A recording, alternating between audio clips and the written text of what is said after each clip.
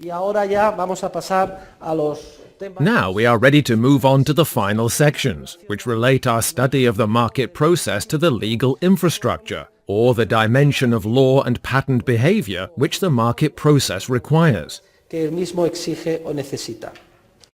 Todo el mundo que coja Everyone please take out a blank sheet of paper and draw a line down the middle, from top to bottom. abajo.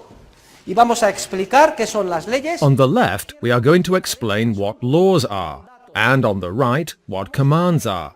By contrasting the two, we will see the different social order or process of social cooperation each brings about. Uno de ellos genera. El enfoque de la economía In this economics course, the focus is essentially multidisciplinary. disciplinar. Nosotros entendemos la We economía view economics as the science that studies the laws of social cooperation. It is logical that economics should be closely related to law, which we will define as the set of patterned rules or guidelines that indicate how we should behave in our interactions with others. The trouble is that there are two different concepts of law which people typically confuse, and these go hand in hand with the concepts of law and command that we are going to consider. We will see that each gives rise to a different process of social cooperation. So, let us begin with the concept of law. On the left, we will explain what a law is. Write law in capital letters. The concept of law. That is the important concept, and we will refer to it as, please write this down, substantive law. In other words, the substance or essential content is what matters. On the right, we will note down what a command is. Please write command in lowercase letters, because we will see that commands are radically different, much less important, and in many cases perverse. You see, commands, and this is the problem, often come disguised as laws. They formally appear to be or are put into force as if they were laws. That is why on the left I have written substantive law, law in a conceptual sense, in terms of content. And on the right I want you to write command, and then in parentheses, though it may formally appear as a law. When a command appears as a law, it is not a law in the full sense of the word. It is disguised as a law, but in reality it is a mere command. What I am saying is important, for if you pick up, in Spain for instance, the official state gazette, you will see that nowadays tens, hundreds, thousands of laws are issued, when in reality they are not substantive laws, but mere commands. Keep in mind that we are going to study the conceptual difference between the two, regardless of how they are formally presented. So we have substantive law on the left and command on the right, though it may formally be called a law. Now we will begin by defining what a law is.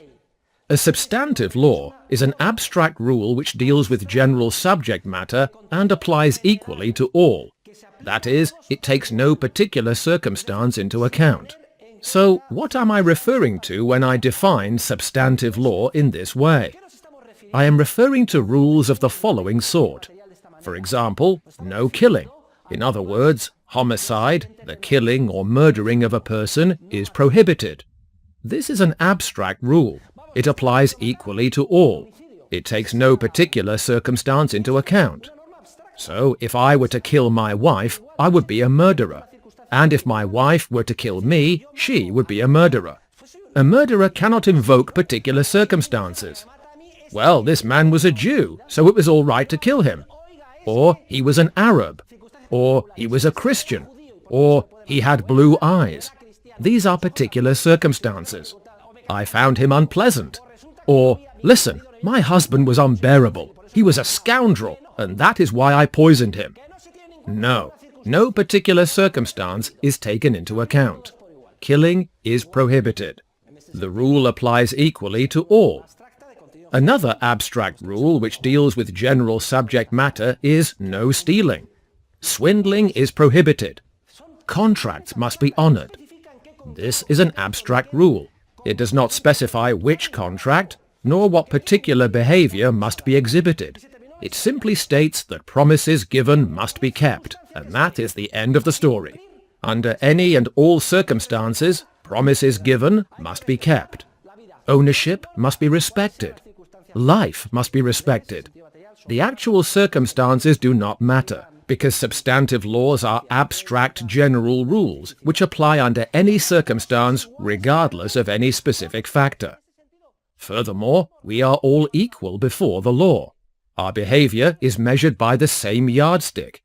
In abstract terms, we are all equal. No distinction is made.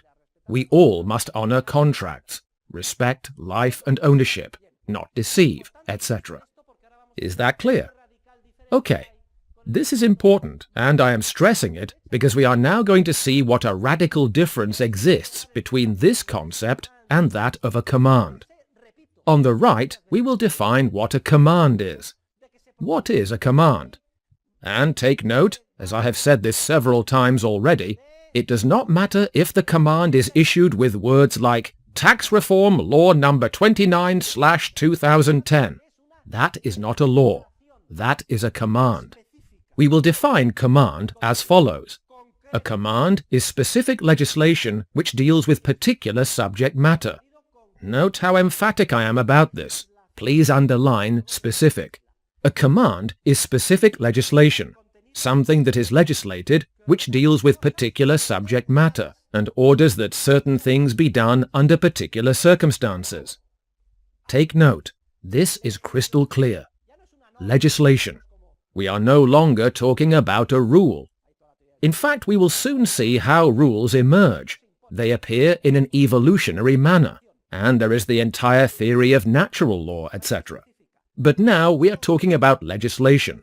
In other words, something developed, issued, and imposed. Legislation. Remember that it is specific. Underline specific. It involves particular subject matter, and it orders that certain things be done under particular circumstances. Note, specific, certain, particular.